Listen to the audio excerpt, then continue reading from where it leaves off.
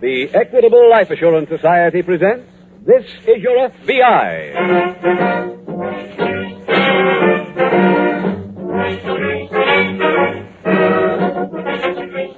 This is Your F.B.I., the official broadcast from the files of the Federal Bureau of Investigation. Presented as a public service by the Equitable Life Assurance Society of the United States and the Equitable Society's representative in your community.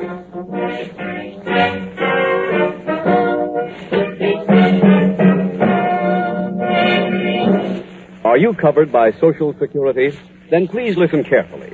Public opinion polls by the Equitable Life Assurance Society show that millions of Americans know little about their Social Security. Yes, according to these Equitable Society surveys, you may be failing to safeguard rights worth thousands of dollars. Therefore, as a public service, the Equitable Life Assurance Society will devote this program's entire middle commercial, due in just 14 minutes, to information on Social Security.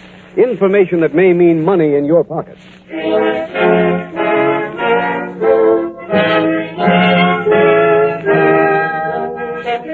Tonight's FBI file, Operation Ransom.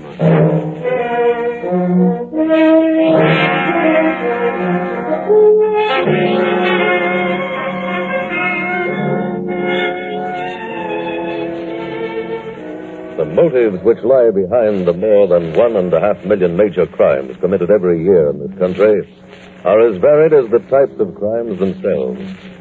Some criminals engage in illegal activities because of the temptation for so-called easy money. Others commit crimes out of passion or because of a craving for revenge. But whatever the motive, every criminal believes that he will succeed without paying for his crime. He is sure that circumstances will conspire to make his capture impossible because, as he sees it, he has every advantage on his side.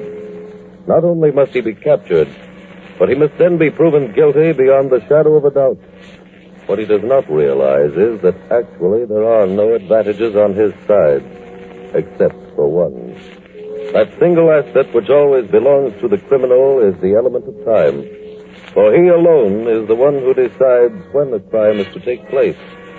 He alone is the one who decides which is the proper moment for him to strike.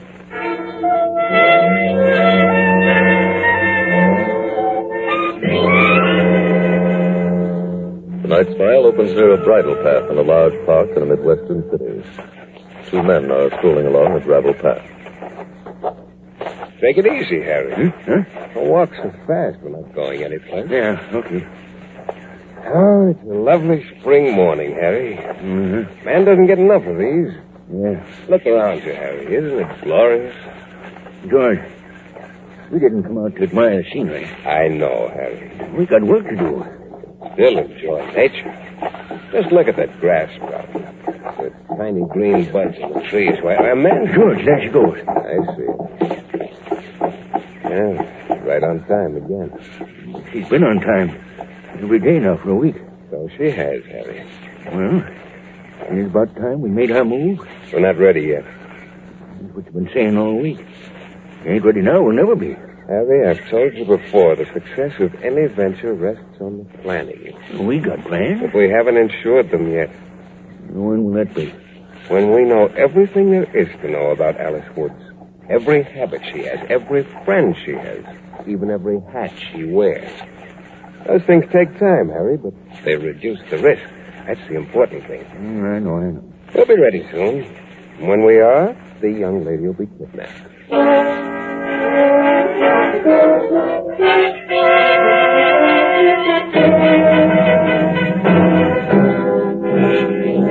A few days later, in the local FBI field office, Special Agent Jim Taylor has just entered the office of Agent in Charge, Evans. Good morning, sir. Good morning, Jim. Sit down. Thank you. Here's the name and address of a woman who just called me. I'd like you to go over and see her. All right, sir. Mrs. Martha Wood, 720 North 50th Street. Huh? Mrs. Wood said that her daughter is missing.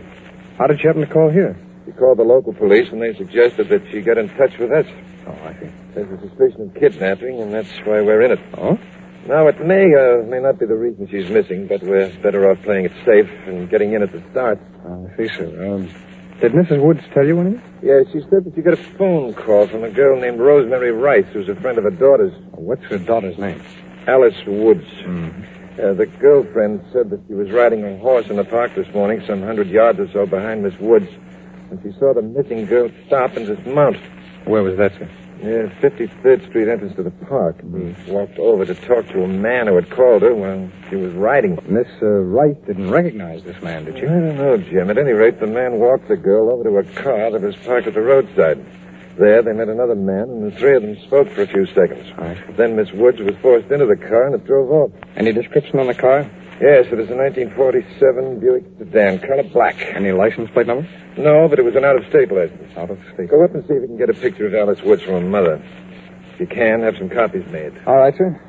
I'm also putting Bob Clinton on this case to work with you, Jim. Fine. As soon as you get back, we can have a meeting and decide which move to make first.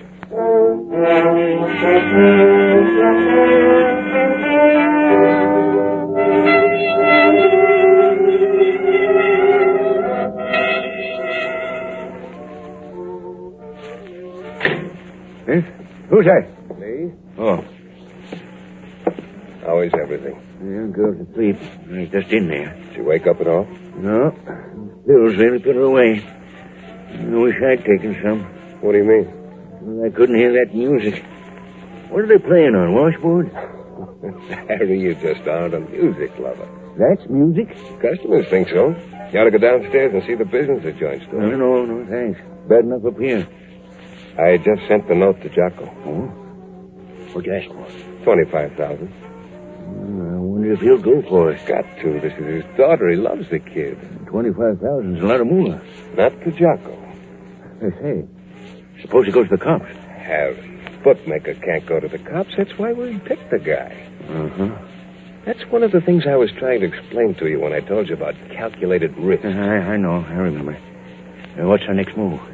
Well, we wait for Jocko to answer the note with the ad in the paper. Then we tell him where to plant the dough. Now, how long do you figure that'll take? If all goes well, about another day. How many times a day do they play that music down there? From 9 to closing, about 6 hours. I'll just about make it.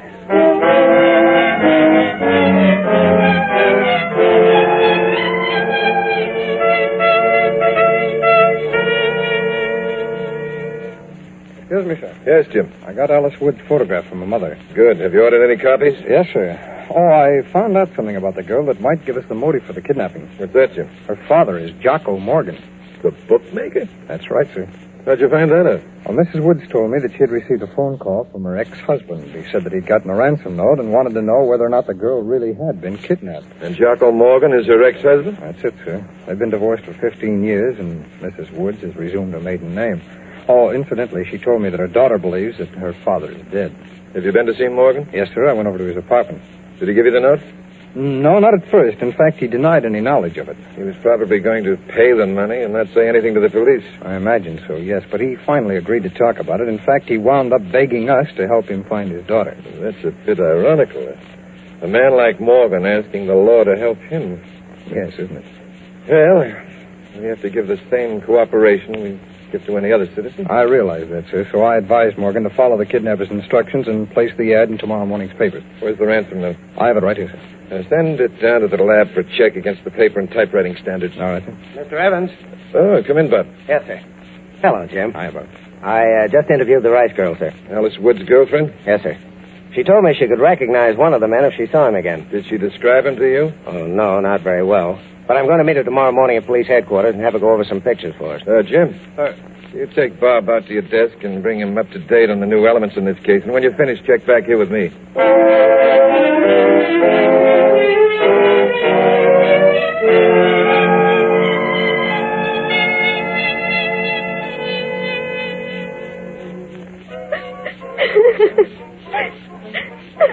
Who's that? Me? Who are you? Don't you remember? Oh, yes. You had a good sleep, didn't you? Where am I? In a room. I mean, where? What is this place? It's a building. I want to go home. I don't blame you. Why are you keeping me here? Yeah, it's a matter of money. What do you mean? We're holding you here till your old man pays off. My father? Yeah, that's right. But my father's dead. Since when? He died when I was a little girl. Oh, had me scared for a minute. So you won't be collecting from him? Oh, yes, we will. How? He ain't dead. What? Yeah, I just seen him last week. My father? Yes, your old man is Jocko Morgan. He's the biggest bookmaker in town. But if you think he's dead, you can get 3 to 1 from him personally that he ain't. You're lying. Well, now, look, I can prove it to you. Who's that? Hey. I'll be right with you. But wait a minute. See you later. The girl awake? Awake and crying. What's she crying about? I don't know. I just told her old man was a bookmaker and she burst into tears. Sure wouldn't make me cry if my old man was a bookmaker. Yeah, look at this. What is it? Jocko ran the ad, see it? Oh, yeah. Huh. When do we get the dough? You go in for it tonight.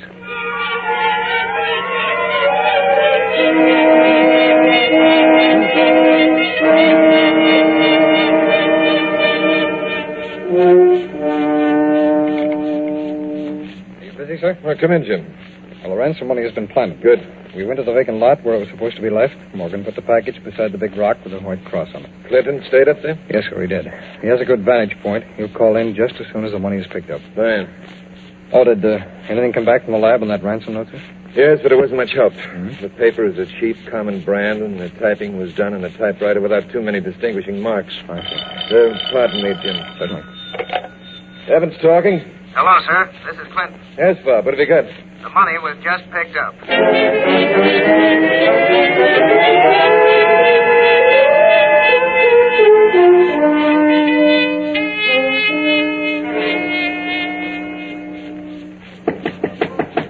Who is it? Me. Open up. Right. Did you get it? Yeah. Swell. Any trouble? No. All right, let's have the package. Sure. Yeah. It's torn open. I just took a peek at stuff. Make sure it's real. You sure nobody tailed you? No. Nobody tailed me. Last 5 miles, I was the only car on the road. Want me to help you? How? Counting the money. I can do it. All that green stuff. And it's real. And it's ours. It's beautiful, beautiful. Now, all we got to do is return the girl and the job's over. Oh, I forgot to tell you, we're not returning them. Why not? Well, I had a talk with her. It seems she's not willing just to go home and forget all about this. Oh. She says she's going to the police and tell them that we did the job. Well, she don't know who we are. Ooh, she knows what we look like. Oh, yeah, that's true. Well, what are we going to do with it? You're going to take her part way back to town to the Smith Park Bridge. Then what? Then you get rid of her. Oh, now, look. Harry, all I said in the note was that when we got the money, we'd release her. Well, when you get to the bridge, release her into the river.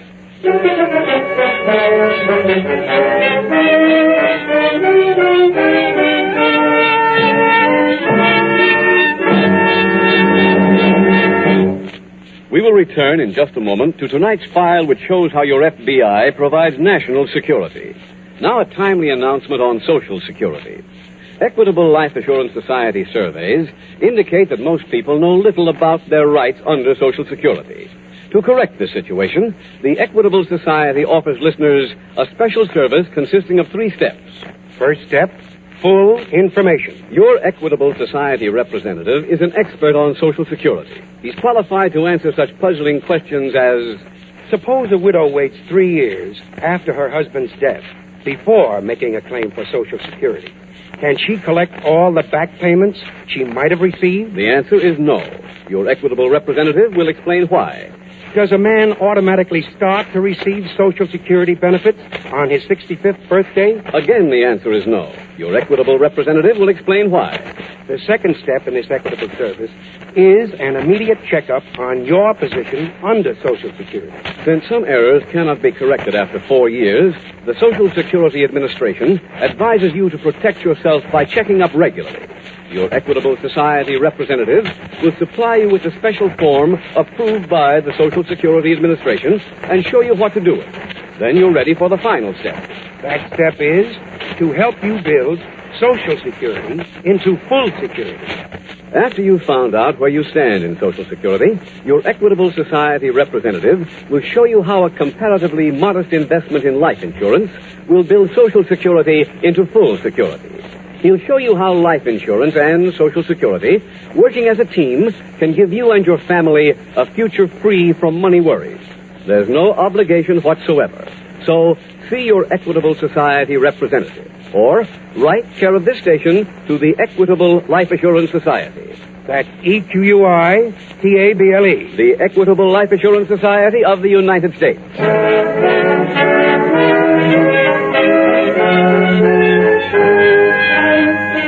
And now back to the FBI file, Operation Ransom.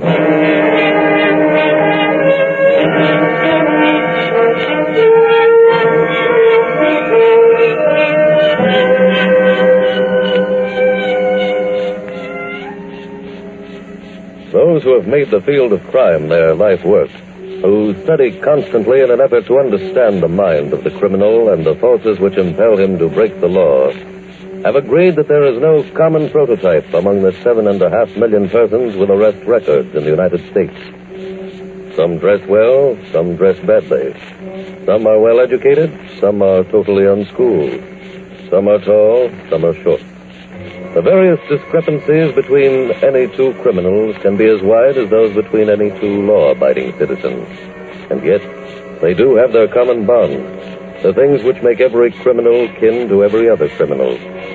One of those things, and this applies to those who commit crimes against property or crimes against the person, is that he is insulated against any feeling of compassion for his fellow man.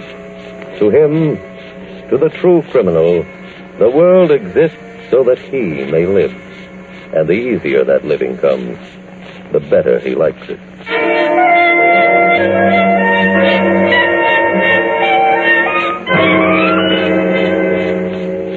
Tonight's file continues at the local F.B.I. field office.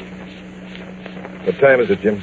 I have 12:23, sir. So have I. Just let my watch step. I hope nothing has gone wrong. So do I, Jim. The girl should have been released by now unless they've been holding her an awful long way from town. Yes, I know. How long do you think we ought to wait, sir, before we start searching? If we don't hear anything by 1 o'clock, we'll go into action. Have we got the serial numbers on the bills that Morgan used to pay the ransom, sir? Yes, the stenographic section is making copies of the list now. As soon as it's prepared, we'll start printing the ransom list for distribution. Okay. At 1 o'clock, we'll send a copy to each of the newspapers, ask them to print it. You know, it's too bad we can't mark the money in cases like this. Yes, it is, but we don't dare gamble with the victim's life. I know, sir. Mr. Evans, can I come in? Yes, Bob, what do you got? Alice Woods has been found. Where? When? She ran up to the toll gate at the Smith Park Bridge a few minutes ago. Is she all right, Bob? Well, she was exhausted and suffering from shock. Where's she now? At the Memorial Hospital, sir. Jim, you and Bob get over there at once.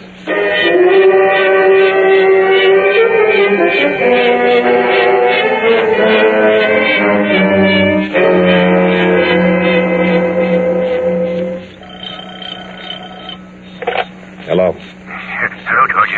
This is Harry. What are you calling up for? We got trouble, George. Why, what happened? Well, I drove to the bridge like you said. Yeah? And I stopped the car and opened the back door. Go on. When I opened the door, she ran up the other side of the car. Well, how could she do that? She was tied up, wasn't she? Yeah, but I guess she must have worked herself loose. Well, did you catch her? No, I couldn't. What? It was dark. She got away. Stupid fool. I planned everything perfect. I'm sorry, George. A lot of good that'll do us. There's no telling how much she knows about where she was being held. She could lead the cops right back here. No, she can't. She was still blindfolded just before I stopped her. George, what should I do now? Come on back here as fast as you can.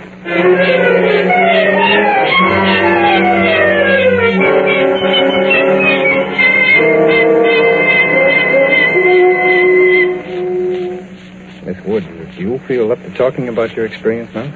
Yes, Mr. Taylor. I'll tell you whatever I can remember. That's fine, thanks. Now, first, we'd like to know how the kidnappers approached you. Well, I was riding in the park when a man standing on the side of the bridle path called after me. Did he know your name, Miss Woods? Yes, Mr. Clinton, he did. That's why I stopped. I see. I rode back to where he was standing, and Said that I had to come with him right away. My mother had been in a serious accident. He didn't say where, did he? No, sir, he didn't. What happened then? I dismounted, and the man led me to a car. When I got there, I saw another man. This second man, was he behind the driver's wheel? Yes, that's right. I asked what kind of an accident Mother had, and the man said she'd been driving her car down Oak Avenue and been hit by a truck. I see. Go on. I knew then that they were lying to me because Mother doesn't drive. Oh? I started to scream, but the man who called me clapped his hand over my mouth and threw me into the car. And that's when they drove away with you? Yes, sir. What did they do once they had you in the car, Miss Woods? The man in back with me blindfolded me and put a gag in my mouth. Then he covered me with a blanket. I see. And did both men drive you back to the Smith Park Bridge tonight? No, sir, only one of them. That's how I was able to escape. I heard them planning to kill me, so when I got in the car, I used all my strength, and finally I got my hands loose. Were you gagged and blindfolded on the return trip, too? Yes, sir, until I got my hands loose, and that wasn't until just before we got to the cliff, by the bridge. Miss Woods, you don't know where you were held, do you? No, sir. I haven't the faintest idea. Well, is there anything you can tell us about the ride after you got in the car in the park? Did you hear any odd sounds or any conversation between the men? Well, let me think. Sure. Oh, a little while after we started, one of the men asked the other one for a quarter for the bridge. It must be the Smith Park Bridge you told there, the quarter. Miss Woods, would you know which way you turned when you got off the bridge? No, I don't. But I remember after we rode a while, I heard some planes warming up, as if they were about to take off. You're sure they weren't flying above you? Oh, no, sir. I've done some flying, and I can tell the difference. Good. Now, is there anything else? Let's see. Oh, yes. A little bit after that, we went past what sounded like a waterfall. A waterfall? Yes. Jim, there are no waterfalls in this section. That's what it sounded like to me, Mr. Clinton. I'm sorry. Please go on. Well, let's see.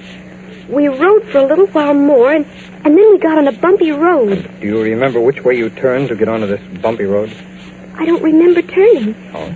We only went a very short way on it, though, before we stopped, and I was carried into a building and taken upstairs. Still blindfolded? Yes. Now, did you hear anything in this building? Well, not then, but later on, after they fed me my dinner, I heard some music. You remember where it came from, Miss Woods? It seemed to come from underneath where I was. First, I thought it was just a radio, but they played so badly, I decided it was real music. Miss Woods, can you describe these two men to us? Yes, surely. Good. Suppose you start right now.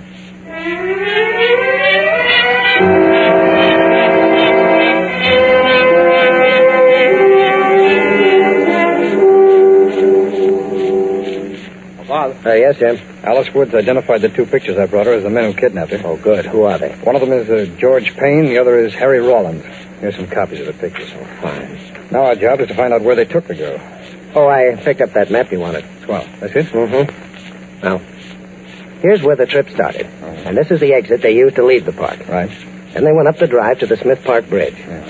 Now, the problem is, which way did they turn when they got off the bridge? Well, we know they went past an airport very soon after they left the bridge. Look, there's Hurley Field. Right. They'd have gone by that if they turned left. But, Jim, if they turned right, they'd have gone by Western Airport. Oh, yeah. So they could have gone either way. Yeah, that's right. Now, the next thing Miss Woods remembered was that waterfall. That's a real baffler. I know that section. There is no waterfall. The only... Bob, I know what it was. What? It was the Barrel Point Dam. I remember seeing a story in the paper this week that they opened the sluice gates on the dam because the water got too high. Well, then they must have turned right off the bridge. Check. And the next thing is that bumpy road. If we find that, we can find out where she was held. Let's see. She said they only went a short way on it. Mm-hmm. Bob, I know that highway. There are no side roads on it. And I drove it last summer. It's as smooth as glass. Hey, wait a minute. What is it? Got an idea, Bob. Let's get to a phone.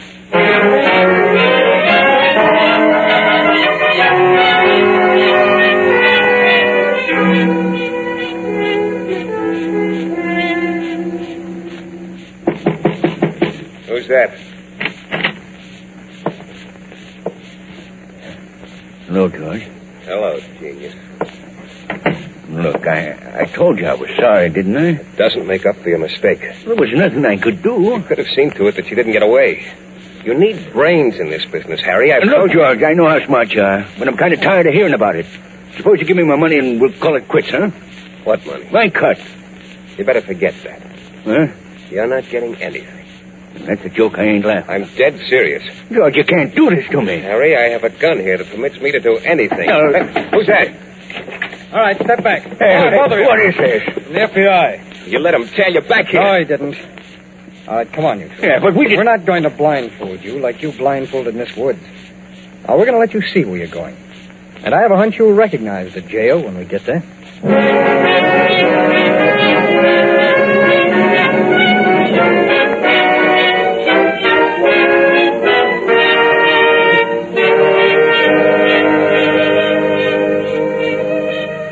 George Payne and Harry Rollins were tried, convicted, and sentenced to serve 50-year terms in a federal prison for kidnapping.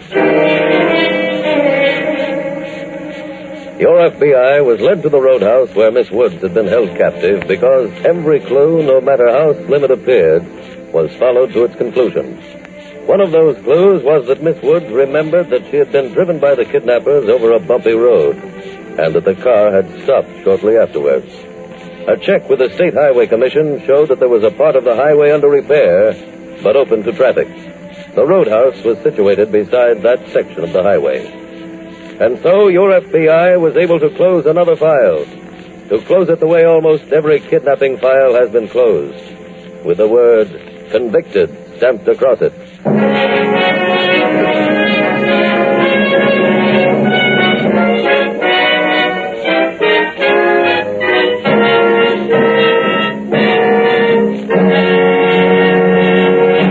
In just a moment, we will tell you about next week's exciting case from the files of your FBI. Now, a quick review of the 3-point Social Security service offered by your Equitable Society representative. First, he gives you a clear picture of what Social Security can accomplish for you. Second, your Equitable Society representative supplies you with the special form approved by the Social Security Administration for checking up on your position. Third, he shows you how easy it is to build Social Security into full security. Take advantage of this special service offered without charge by your Equitable representative and the Equitable Life Assurance Society of the United States.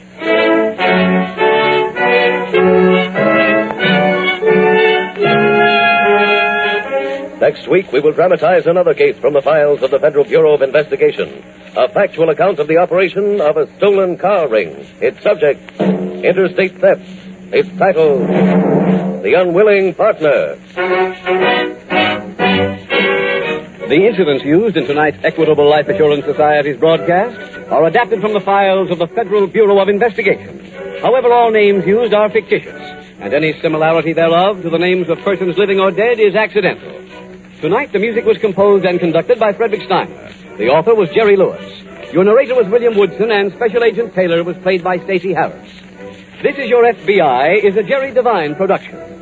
This is Larry Keating speaking for the Equitable Life Assurance Society of the United States and the Equitable Society's representative in your community, and inviting you to tune in again next week at this same time when the Equitable Life Assurance Society will bring you another thrilling story from the files of the Federal Bureau of Investigation.